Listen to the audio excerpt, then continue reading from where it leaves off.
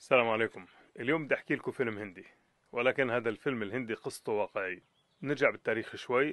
تبدأ القصة مع نهاية الإمبراطورية المغولية في الهند، وهي غير عن الإمبراطورية المغولية أو المنغولية اللي كان زعيمها جنكيز خان، واللي انتهت بفلسطين بعين جالوت على يد الظاهر بيبرس.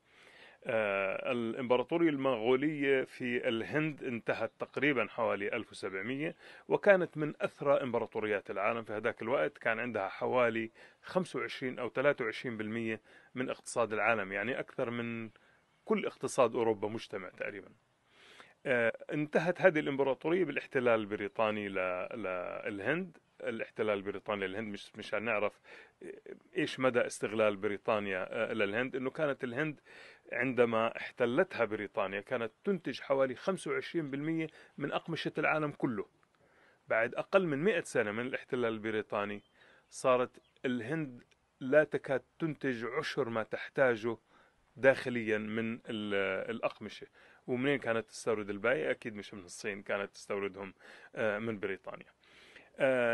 نمشي بالتاريخ شوي. عام 1947 انتهى الاحتلال البريطاني للهند، ومثل ما دائما بريطانيا لما تطلع من أي دولة كانت تحتلها بتقسمها إلى حسب إثنيات أو ديانات أو طوائف وما إلى ذلك.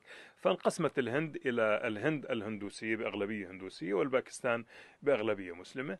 قصة فيلمنا الواقعية، الفيلم الهندي، تبدأ من تقريبا هذا التاريخ، عندما كان هناك جارين، واحد هندي هندوسي والآخر مسلم باكستاني.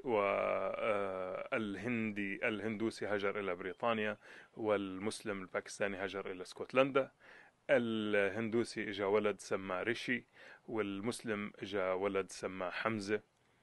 اليوم ريشي هو رئيس وزراء بريطانيا، وحمزة هو رئيس وزراء اسكتلندا.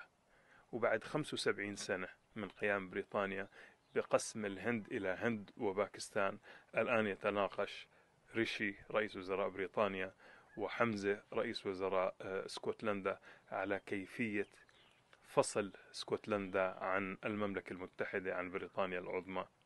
العبرة من الفيلم الهندي هو قول الشاعر الأندلسي أبو البقاء الرندي: لكل شيء إذا ما تم نقصانه فلا يغر بطيب العيش إنسان. هي الأمور كما شاهدتها دول، من سره زمن ساءته أزمان، وهذه الدنيا لا تبقي على أحد